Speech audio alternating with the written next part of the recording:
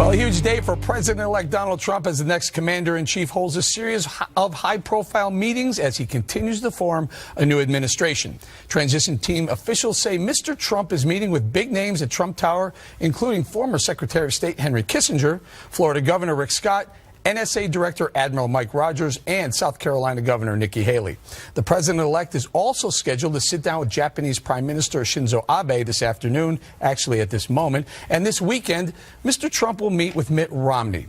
Joining us now, our friend and colleague Megyn Kelly, anchor of the Kelly File. Also, Megyn is the author of the new book, Settle for More. We're going to talk about the book in just a minute. But first, let's discuss the latest transition. I think the breaking news this afternoon, Mitt Romney is going to come meet, and the word is maybe he's looking at the Secretary of State position. That's huge, right? That is big news. Yeah. And honestly, a credit to Donald Trump, because Mitt Romney savaged him in that GOP primary. And so one of the main questions here, and obviously we're very interested to see whether Mitt Romney's going to be the Secretary of State, but one of the main questions as soon as Trump got elected was, is he going to change his stripes at all? Is he going to do anything to reach out to, people in the Republican Party with whom he hasn't gotten along, or certain groups? And this, I think, says yes. Yes, he is, because as far as I know, they didn't have a makeup session, that they still don't like each other. So one of his first moves is to bring in an establishment Republican who doesn't like Donald Trump. And if he winds up offering him a position like this, it would say a lot. KG, Mitt Romney, on several occasions, actually on Neil Cavuto's show, questioned whether Donald Trump was hiding something in his taxes. Yeah. How do you sit down and break bread with that type of someone who is that against you for so long? And then do you go ahead and put him in your administration? I think it's tough, but you saw that there's a beginning of a peace accord when after the election there was a tweet out that Mitt Romney had congratulated him, and he said it's very nice, just like we saw with the Bush family. So people are trying to build and mend fences. Yeah, I think it's tough stuff to kind of swallow it, because when people make these kind of comments or things about you, you take them personally because it's tough. It's hard to hear. And then also he was very adamant against him about his taxes, about the fact that he was concealing something and that he should not be allowed or be chosen, to be president, that he shouldn't be elected. But he was a con man. Yeah, basically. So now let's see. Do you think he's going to give him a position of that importance? I'd be surprised, but you never know. Dana, so Reince Priebus, I thought, was a brilliant pick as his chief of staff. Do you think Reince had something to do with, hey, Donald, we really need to reach across and say to the establishment Republican group, you're still part of us? I don't know. I actually do think this is coming from the top, especially with the Nikki Haley one, because she's not that different from Romney. And then early on, she endorsed Marco Rubio and was very vocal in doing so. So I think that maybe what Republicans should think about in terms of if it is a big tent, then follow Trump's lead. If this is what he is saying, is that let's try to all work together, and maybe he's trying to recreate Abraham Lincoln's team of rivals, because that was a good way to govern. Then I also think not only if this is all true, because I take that with a grain of salt, a lot of leaks, but kudos to Trump, but also to them that would be willing to leave positions that they might have as governor, or Romney in his private life, come out of retirement and agree to serve. Greg, Rudy Giuliani has said, I want the Secretary of State job. He's basically said, he's John Bolton would be good, I probably would be better. How do you have someone who was really going to bat for you for a year and a half and put or is this as maybe possibly just an olive branch to the establishment, and where he doesn't really mean to appoint him as Secretary? It's hard to say. I think it's really brave of them to invite Ted Cruz over, given that his dad killed JFK. You hear he's got a family background in assassinations. That's gutsy. I think it's good. I think it's a really good sign to have these people come over, because Cruz was insulted by Trump, and then Romney went after Trump. So it's like getting all of these people together. It's a positive sign. My favorite part of all of this is Nancy Pelosi. Nancy Pelosi told Pence to reconsider appointing Bannon. So if anybody wants Bannon, have Pelosi ask to reconsider it, because that just basically made sure that he's going to be nominated. Because what are people going to say? Oh, Nancy, who would you like? Is Noam Chomsky good enough for you? We'll call him up right away. So I think a memo to Nancy Pelosi, you just basically got Bannon in by opening your big fat mouth. By the way, I hope he didn't bow to the Japanese Prime Minister. I can guarantee he did not. Yeah, I'm tired of the bowing. Right. So what do you One make issue of voter this? you From are, the right? left, you're More watching this bound. go on. You saw the fighting going on for a year and a half, the bifurcation of the GOP. Right. Is this the GOP getting back together? I think it's more pragmatic than that. I think these people need to be confirmed. And what we've seen is, if you look at your State Department, John Bolton, you know, he was the guy for a little bit, and people said, I don't know if he can get confirmed. Rand Paul, remember, said, I would block him. And Rand Paul in the Senate Foreign Relations. Then you look at someone like Rudy Giuliani. And again, gee, he's taken money from foreign governments, from corporations doing business around the world. Could be complicated, could make things difficult for President-elect Trump. So then you start hearing about names like Nikki Haley. And of course, you even heard about Ted Cruz, Lion Ted, for either Supreme Court or, and you start to think, well, gee, maybe he's making up. And now you hear this talk coming about, I'm stunned. If Mitt Romney, not only was Mitt Romney opposed, think about what happened in the state of Utah. Right? Wow. I mean, he tried to stop. He pushed Evan McMullen. That's what right? I'm He saying. brought Can I ask, Trump, Eric, because you know, fruition.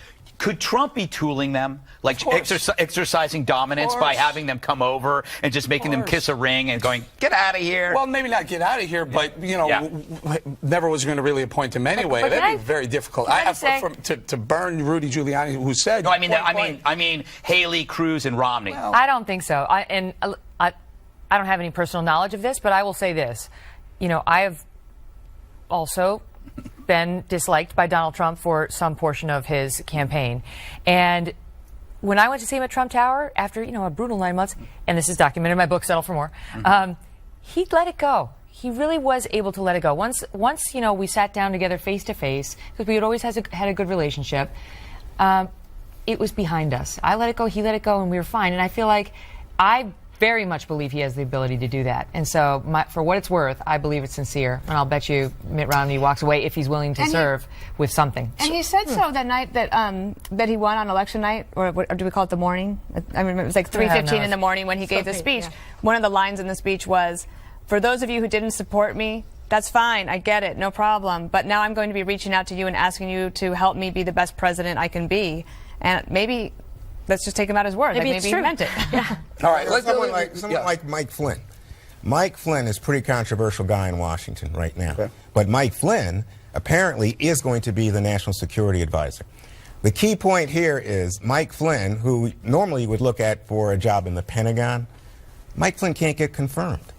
That's a problem. Yeah. So he decides, I'll give you a position, doesn't require confirmation. So I think I have so much respect for Reince Priebus, and I think Reince is just thinking, how can we make this as smooth as possible? So if Rudy Giuliani doesn't get Secretary of State, and given his loyalty to Donald Trump, where does he go? Doesn't want AG. Where does he go? Take AG. It's a great job. White House please. counsel?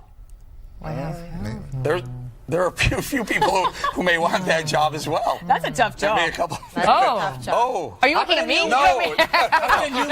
I'm just very. Ambassador to the UK. I'm very happy to hear. Everybody wants that I'm going to one. tell you that what, one in a Department second. of Wait, Awesomeness. Giuliani could head the Department of Awesomeness. I mean, I thought you think wanted you're- Department of Interior for the parks. I do want to go to the national parks. Megan- But I'm not asking for anything. Believe You me. broke Not some asking. news tonight. I'm thrilled to hear that you guys met and it's behind you. I think that's fantastic. I love that idea. Well, that's It was in a special. Yeah, I know, but it's great to hear you say it. Well, there was a special. The other stuff is, I think, a fiction of some people on the left and the right who would like to see that quote feud continue. But you know what, Megan? A feud gets healed and then another one starts. You know, but it hasn't in our case. Oh, yeah. It Can we do hasn't. this? Let's take a look at Ted Cruz. He revealed what it was like to meet his former rival from the campaign trail earlier this week. Listen.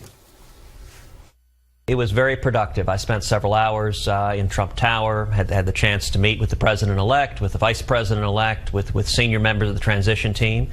And I think we had very good and productive conversations about how we can work together to really deliver on the promises made to the American people. This election was a powerful mandate for change. I think the American people overwhelmingly said, we want to change the path we're on, and I am eager and committed to working with President-elect Trump, to working with the new administration, to get it done, to actually delivering on what we told the voters we would do. So Megan, your thoughts on that? Is Ted Cruz would he really take an appointment, or would he want to step aside and run against Donald Trump in 2020? I think he'd take anything Donald Trump would give him, you know, of the proper stature, right? I think he's shown a willingness to serve. Look, it was a brutal primary by any standards, and Ted Cruz obviously has serious disagreements with Donald Trump, and Donald Trump gave it to Ted Cruz just as good as he got, right? I mean, he went after his wife, he went after his dad. Ted Cruz held on to that. You can't really blame him.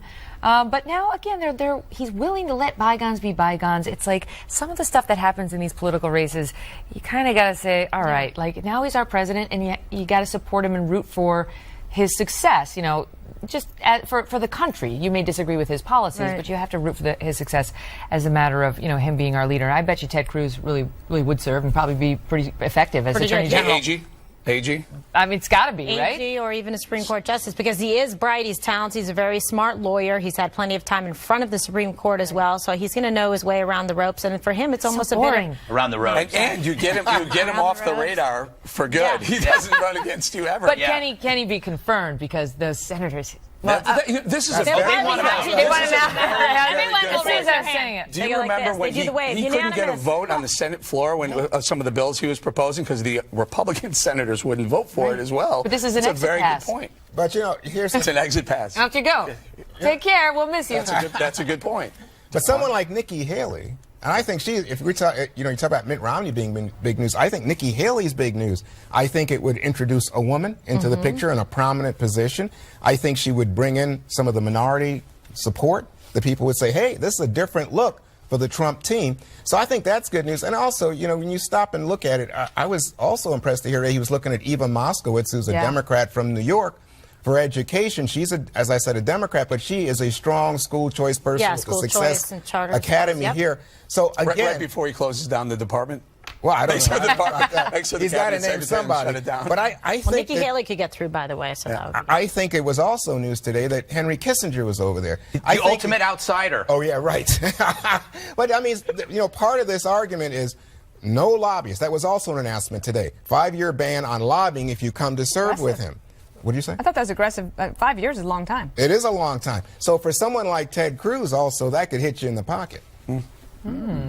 Anyone? Yeah, also I think Ted Cruz would be a bit of a redemption for him. It would elevate him again in a different stature, because if he decided or wanted to run again, then he also has the robes or, you know, kind of the austerity of being Attorney General that I think would make him look good. I do like the fact he's taking his time. I mean, everyone's saying, why isn't he announcing more appointments? It's really, he's really on schedule with David other Axelrod defended him. Presidents. Yeah, let him take his time. Remember, he promised to make massive change, drain the swamp. It's going to take a lot longer. If you're draining the swamp, you're choosing from a completely different puddle.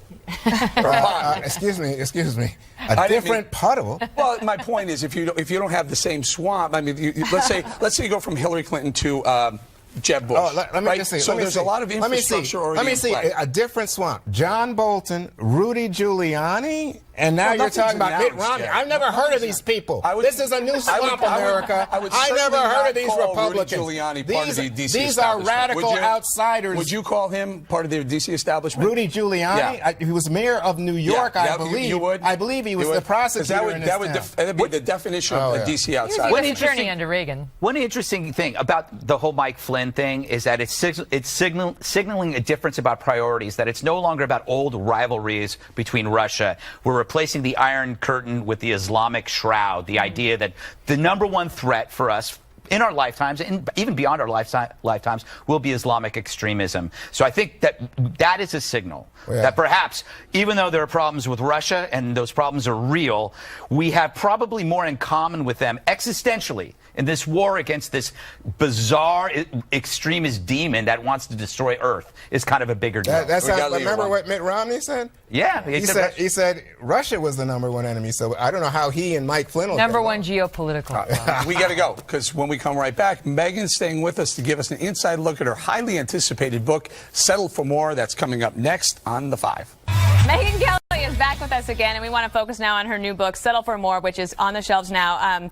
Okay, so you know that I love the book, and I remembered several parts of it throughout. And I thought I would want to ask you, when you were writing it, how would it, because viewers have come to know you over the years in a way, but not in this personal a way. And I wonder what you thought about when you were writing the part about when your dad died. because I don't think a lot of viewers had ever known that about you. First of all, thank you, because you were one of the only people I actually let see it in advance, and you gave me keep a secret. such great feedback. And actually, there's a fair amount about you in there, so the viewers can see that. I know. Pick it up on local Greg, bookstores. he's searching for his name. Not one mention of me, like I don't even exist. Well, you have to look through the lines. But with my dad, it's like the heart of the book is that adversity is an opportunity, and it's a gift to you that it will allow you to become stronger as you get through it. And I've seen that, as most of us have. I mean, I know you guys. Everybody here at this table has had adversity in their lives, and considerable. And I know all of you have too. And so I included in the story just so people could understand that I did suffer a tragedy in my life at a very young age. And You were 15. that's right. And my dad died suddenly of a heart attack 10 days before Christmas, 1985. I was 15. He was 45. He never had heart problems or anything before. And the night he died, we had a stupid argument about my class ring. I wanted a nicer one than than we could afford. And I wouldn't let it drop because I was being a brat. And he turned and walked out of the kitchen. And I walked out and walked upstairs to my room, and I'll never forget the sight of my dad sitting on that couch staring at the blinking lights on the Christmas tree. As I write in the book, a good man alone. And the next thing I knew, my sister woke me up saying, "Wake up, Daddy had a heart attack." And he never was revived. And it was such a dark time. It was 10 days before Christmas, but my mom was so strong, and she's my role model. Aw, you're such a doll. She's my role model, and I'll never forget standing outside of the hospital with her. And look, you're making me cry now too. Okay, I'm looking to look. And saying to her, I said to her, "Will you ever be happy again?" And she said, "Of course I will, and you will be too." And just for my mom to have the presence to get to that place within hours of losing her 45-year-old husband suddenly was an example for me. And that kind of resilience and ability to understand that there's goodness in life that will always follow the darkness was a gift she gave to me. There's a lot in this book that takes you into moments like that. There's joyous moments too. I love one of the stories about when you meet Doug and you go on a date and it doesn't go as well as you thought, and you're like, wait, I can do better than that. So that's always fun. We don't have enough time. I knew that bringing that up about your dad would touch somebody like Kimberly, because she also, and a lot of people in the audience, people that will buy your book, lost a parent when they were a young child. And so reading about other people's experience, I think, can help people in their own grief and to overcome adversity and become strong and successful. So we'll save Kimberly for a minute. We'll go to Eric. So I paged through the book also, Megan. Great pictures are fantastic. One theme, your family, your children. How has that changed your life and your career? It's dwarfed everything, right? It's like you think that this is important, and to some extent it is, right? I mean, what we do is important. We have a connection with our viewers, and we report important matters. But then you have children, and they just change your definition of what happiness is. And I know I could lose everything that we have here, I can't look at you without crying now. Men are often like that. That's true. She has that gift. I can never have her. Break down in tears. That wasn't exactly my motivation. But I look at them and I know as long as I have them, I'm good. I'm good. And I write in the book about how you can handle anything if you know what defines you. In times of trouble, ask yourself, who am I? And just remember who you are and who defines you. So who defines me as a person, as a woman, as a wife, as a mother, as a sister, as a daughter? Those are the people who actually can affect my happiness, my core. It's not, BS nonsense you see on Twitter. It's not Twitter. No. It's not. And you can get caught up on in that vitriol, and it can if you let it steal your mojo, it can start changing your perception of what matters and who you are and how you should behave, and it's wrong. So you have to try to tune that stuff out, because it's bus exhaust, and instead inhale all the goodness of those that matter. We only have a couple of minutes left, so we'll try to get through as many as we can. Juan, you're next. Oh, well, I was going to say, Megan, all that you've been through in your career is so interesting that bullying and what we were just talking about in terms of Twitter has come really like a wave over you. I wonder how you deal with it. One of the things Mrs. Trump did when she went out, I noticed, was talk about bullying as a big issue. If I could just jump in, because I don't know if you'll remember. Of course you'll remember, you wrote your own book, but what I remember was that everybody watching as well has probably been bullied at some point in their life, but that happened early on in your life too. Yeah. When you were 12? I was in 7th grade. And, God, I feel like I'm on the couch on Oprah. But I was very badly bullied for an entire year with the terrible mean girls who ganged up against me. And it was awful. And it culminated in an incident where the head bully called me up at my house and said, "Do you know where all the people are from my party?" And I said, and you got to picture like a heavy, acne-ridden, space between the two front version of me. Because that, and like the hair was Boy, am I turned on. too. You are sick. Did I mention I was 12, you freak? Don't say it, Greg. And so the mean bully, head bully called up and said, "Do you know where all the people are from my party?" And I said, "No." And they all yelled into the phone, "We're here." And now honestly, people do that on Facebook. but now I can ignore them better. You know, That's it's like true. having been through it, you know, you have to build up the core so you can take a gut punch. But you know, Megan, didn't you deserve it after all? After your shoplifting? Yes, your shoplifting. My life of crime? Did you read through that? Yes, It's you're- possible I stole something when I was 12. Let's talk about that and the poor message you send to teenagers by being a thief. I brought it all back to Kmart. My parents made me. I had to walk in there and do the walk of shame. Let's do last question or last point to KG. So, and I know about everything, you know, that you've been through in your life, your losses, and recently you lost your sweet Nana, which I know affected you. She was so proud of you, and you had such a great relationship that you let the viewers see and enjoy. I think one of the best parts of your book is the chapter about paying it forward. And I believe that that's some of the influence of the family, the people close to you in your life, like your mother and your grandma. My Nana was the best. She died in October at 101 years old. We were so blessed to have her. And she's another one. That was a different generation, you know? They were not the cupcake nation. And that was the thing that actually made me want to write the book first, is I feel like we're going a little soft as a country. You guys know, we cover these stories on Fox News all the time. And I wanted to send a message that, you know, you need to toughen up, Buttercup, because life does throw things at you, and including disappointments. You know, when I talk about when I was in law school, I really want to be on the law review. Well, I didn't grade on. So I worked my tail off, and I wrote onto the law review. I didn't get an offer at first at a great firm, so I tried extra hard, and I got into one. The point of the book is that hard work can get you to where you want to go. That's how my Nana saw it. That's how my mom saw it. And whining doesn't do you a whole hell of a lot of good, because generally you find out that no one is coming to save you. It's up to you. True.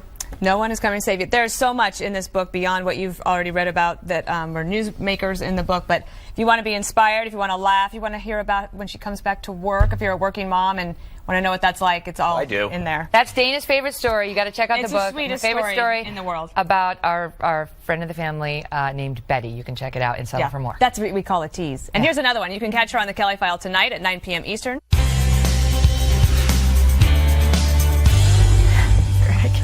As a candidate, now President-elect Donald Trump highlighted his plan to enforce extreme vetting of immigrants coming to the U.S. from countries compromised by terrorism. Now we are hearing reports that it might indeed happen. Chris Kobach, the Kansas Secretary of State and one of President-elect Trump's advisors, is reportedly saying that the Trump team will screen people coming to America from Muslim countries. All right, so Eric, how about this development? This is one of the things that he talked about. He did, and there were several different iterations of what this actually means. Right. Is it every single? Is there a registry? Is it every single Muslim that enters the country gets put on some sort of registry? Is it only Muslims that come from countries that are state sponsors of terror? That's another level, and I think they're still working out the details. Kobach has one idea, Higbee has another idea. Some of the other people are. I saw Steve King say maybe yes, maybe we do need a registry. Who knows? It depends on who ends up getting that job and how they're working with the president, however he wants to administer it. I mean, I do think it's constitutional, whatever they decide, any of those options. Okay, so Dana, how do you see it? What do you think about this development and this information coming out right I feel like it is premature to speculate on it, but because it's still vague, understandably so, because the people aren't in place and they haven't had the briefings and they're still getting their feet on the ground. It might also be, so it might be irresponsible to speculate, but it's also irresponsible not to more fully explain what's happening, because it is fueling fears amongst some people in the population. It might also give some people some comfort. People are vetted when they come into the country if they're coming from overseas, but what are they going to be vetted for, and what would keep them from being allowed to come into the country? So there's a lot of people here who have family members, or maybe they have business. There's a lot of international business that happens. So at this point, I think that it'd probably be better if everyone just said, let's stop and wait. We're not going to have any more announcement on this for a couple of months. Before we stop and frisk and right. detain. Okay, and deny. Go ahead. Well, the one point you have to make clear, because before the media destroys this, Islamism has changed immigration, not the reverse. It's not immigration acting on a toxic doctrine. The toxic doctrine is causing us to rethink immigration. It's a modern threat from old ideas. And they've made clear their goal of what they want to do. We'd be foolish not to address it. There are two threats. The immediate threat that I always talk about, the marriage of terror to technology. It's not going to be a box cutter. It'll be a drone and anthrax combined. That's the immediate threat. The long-term threat, which is a lot of people are talking about. What is the long-term effect of an intolerant system when it blends in a republic or a democracy over time, over decades? How does it change the culture? Things that you normally accept, what happens to those things? That's the long-term apocalyptic look, but it's scary either way, and I don't think you have much time. I think this is a race against time. It takes one agent to ruin a city. Sorry. True. Well, sobering. But they're probably probably not coming through immigration. Would you be in favor of some sort of registry then? I think that you have to be extreme vetting people, and surveillance. I'm for surveillance. You are, yeah. We have and that. I'm for spying. Well, you're for like getting a the job mofo. done. You're actually for effective intelligence tools to be utilized. I am Me too. an intelligence tool. Let's start today. Juan. Well, I mean, I look at the question of effectiveness. We had something like this in the country after 9/11. Yeah. We had something like this. So we have a way to look at it and say, did this work for us? Did this keep us safer? And so I looked up the numbers. It said we had 80,000 Muslim men in the registry, and none of them, zero, ever prosecuted with relation for terrorism. But 13,000 of them were thrown out, deported, because they had overstayed. And what you hear from people in the Muslim community is it results in more intrusion, more difficult introductions at the airports. It worked. Hang on, let me finish. And so they have a sense of fear and anxiety. And today you heard some Jewish leaders say if they start a registry of Muslims, they're going to sign up. Because who comes after the Muslims? It's like suddenly, hey, I don't want to do this because I know I might be next. Well, if your religion is connected to extreme apocalyptic violence, you should be next. Not only connected, demand that you kill an infidel who doesn't believe in what you believe. Oh, gee, we've never seen that in any other religion. Never. No, I agree. I'm agreeing with you, next? Juan. You don't. But if it's happening now, you got to act. Is this ridiculous or what? It's life, That's in Kimberly. the prompter. It's the tease. It's I about thought you what's were coming addressing up. me. But I delivered it in such a way as to cause confusion. The American Academy of Pediatrics just sent an email to 60,000 doctors encouraging them to tell parents to talk to their brats about the recent election. Why? To avoid long-term psychological trauma from all the disturbing rhetoric. Boo-hoo. Of course, I doubt such requests would have been made if Hillary had won, or if Sanders had won, or if we dug up the corpse of Che Guevara and run him instead. The only scary monsters are Republicans, even one that used to vote Democrat. This is a common theme. Assorted media-seeking groups saying we need to deal with fear post-election. But who causes such fear? The very same media-seeking groups who gin up the fear, then pretend to soothe it. They are emotional arsonists, setting fires so they themselves can put them out. It's not much different from the media in general, who recast violence as legitimate protest and speak hopefully of unrest to come. And like clockwork, unrest certainly comes, and surprise, from activists, students, and agitators, the media salutes. Anyway, if these doctors really cared about kids, they'd stop generating dopey emails that treat an election like an act of terror and focus on real stuff that harms kids, like playing hide and seek. I still can't find my brother. KG, we reached out to the organization, and they stressed that they are nonpartisan, non-political. They're just concerned. Do you think they would have been concerned if Hillary won? No. No, everybody would have been like lollipops, like unicorns, lollipops. sunshine, and smiles. It's sad to me because there's other videos, and we didn't include one that we've talked about. Yeah, the woman yelling Yeah, at the kid. and I mean, it's just really upsetting to me because it rises to the level of emotional abuse to sit there and deliberately terrify and upset your child when parents do something like that, but also educators to create this hysteria instead of saying give someone a chance, talk to them about the facts, explain the office of the presidency, show them the electoral map, go through some of these things. Have them read a book. Yeah, anything Get off the like couch. that. You know, go outside and climb a tree, for God's sakes. Dana, isn't this just an academy organization trying to get free press? Oh, yeah, but like all those pitches that you get for like, Yes. oh, I'm an expert in psychiatric stuff. So I was on this book tour the past few days. I was in Colorado, Wyoming, Michigan, and California. What was the book about? A dog. I met tons of kids. Yes. Along the way. And they're all super excited that Donald Trump won the election. So, FYI. that's one thing. The other thing is I met these people last night in line when I was at the Nixon Library, and they said that their son and daughter-in-law have now refused to have Thanksgiving dinner with them because they supported Trump. This is a great topic. So that's like a really great role model for kids. The Five has been talking about this for years, about the Thanksgiving dinner, about what do you do? This is going to be a great Thanksgiving, Eric.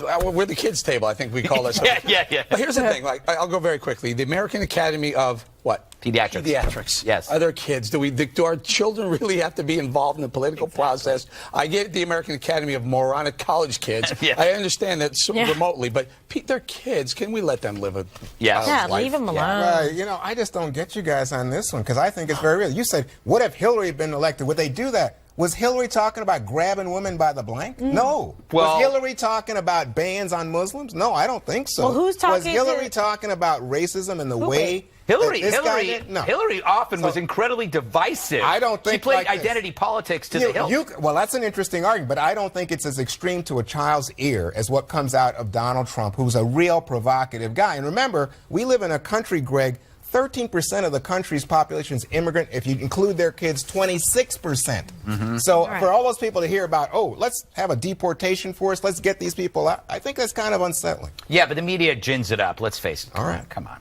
Come on. But that was a good point, though, I have to say. But I still won. Just go, babe. Won!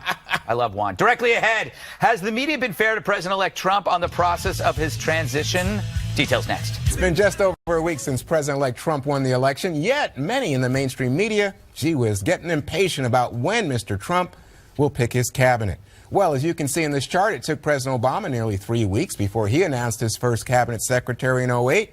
President Reagan took him 6 weeks. So, Greg, what do you think? Is this, again... That's an ugly chart. What do you think of the they media? could have come up with some colorful charts or maybe a pie? That is the boringest chart I've ever seen. Whoever did that chart, that's not a good chart. So is, think they got Dana, the is this evidence that there is not disarray in the Trump transition team?